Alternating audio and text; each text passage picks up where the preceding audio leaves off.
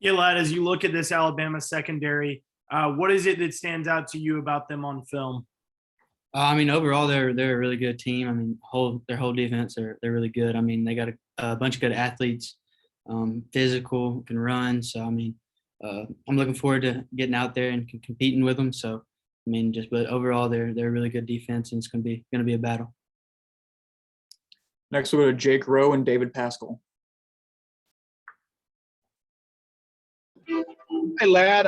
Speaking of George, how has he looked in practice to you? Has he looked like his old self, or is he working himself back into it? What? You cut out there. Then what was that? I'm sorry.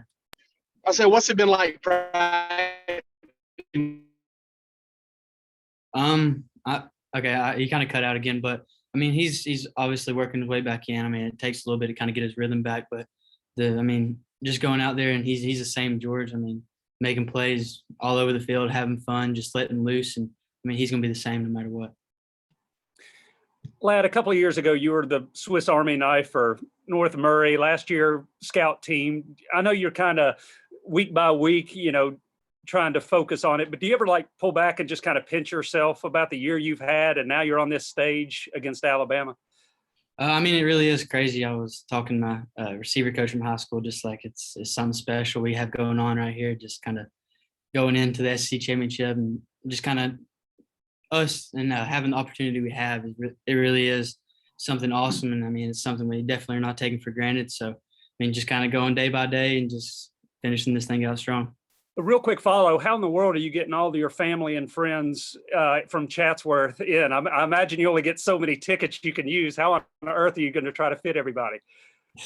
I don't know. We'll see. So, I mean, I got my family first and my girlfriend, and then we'll see how everything else goes from that. Thanks. Next, we'll go to Jed May, then Jake Jennings. Yeah, lad, kind of following up on that scout team discussion. I mean, obviously Stetson, that's where he started his career. Do you ever do you have maybe a little different perspective on the journey he's taken just from, a guy that started in the same place? Oh yeah, I mean, definitely. It's obviously you want to come in your freshman year. Everybody wants to come in and play, be the man. I mean, because a bunch of kids on our team you're one of the best players, if not the best player on your high school team. So coming in and kind of taking a step back and just kind of taking a year to develop, it's hard at times, but I mean, that's something you got to do, and just trust that it's all going to pay off in the end. So I definitely kind of feel where like some of the stuff he went through. So, but I mean, it all works out in the end. Hey, lad, we all know how successful Alabama's been and how big of a program that is. Is there something in the air at practice this week that makes it feel a little different, or is it just kind of business as usual preparing for this game? I mean, I would say business as usual. I mean, obviously we understand the impact this game has. I mean, it's huge. SEC championship is always huge. So, I mean, we understand what we got to do and how we got to approach it. But I mean, we're just taking it day by day and having the same mentality we've had all year.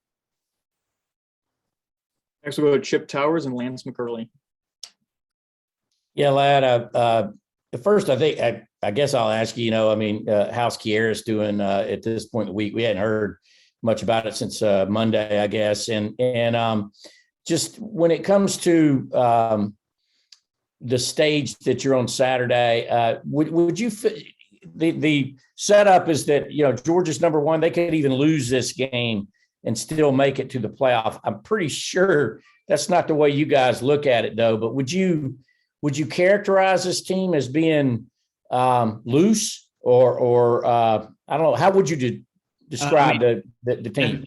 Definitely no, we're not loose. I mean, we're approaching this week like any other week. I mean, we're trying to make a statement. So I mean, just going out there and competing to the best of our ability and just kind of really letting it all out. So I mean, we're not approaching this game with the mindset that if we lose we can still get in the playoffs. We're trying to make a statement and keep this thing going. And again, how's your brother Kieras? I mean, I know when you go to war, so to speak, metaphorically, you want all your soldiers. Oh yeah, I mean, he's out there competing, practicing like he always does. So I mean, we're confident in him and in his ability. So I know he's going to go out there and do his thing. Thank you. Lad, I apologize for the background noise. I'm in Stegman, but if you can hear me, I know you grew up kind of a Tennessee fan with your grandfather and everything, but do you recall where you were, and did you watch that 2017-18 national championship game, and then the 2018 SEC championship when Georgia came close in both games? Oh yeah, I mean, I really remember the 2017, 2018 game. I was at my buddy's house. They're all Georgia fans, so kind of sitting there, just kind of spectating, watching good football. So I remember that, and I mean, obviously those guys came up a little short, but I mean, the way they competed, that's something that we're trying to do, and just kind of follow their footsteps and finish it off the right way. Next, we'll go to Tyler Griffith and Davis Baker.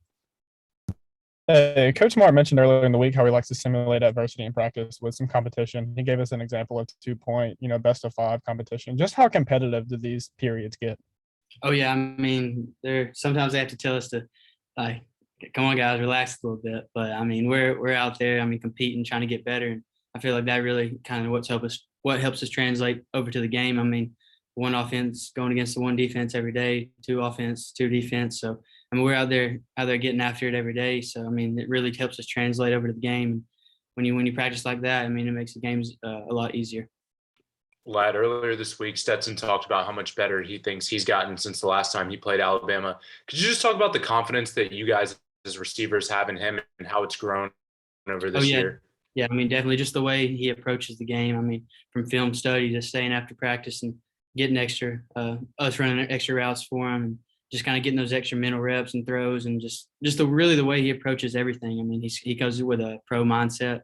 I mean, wanting to be the best he can be. So, I mean, and that's the big thing. He doesn't want to let anybody down.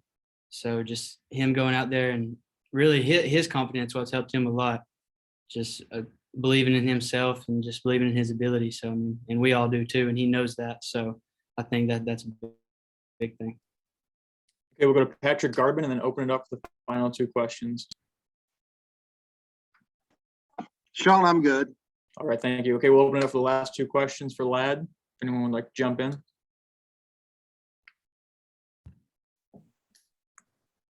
All right, Lad, I think you're good. Thank you for your time this evening. Thank you.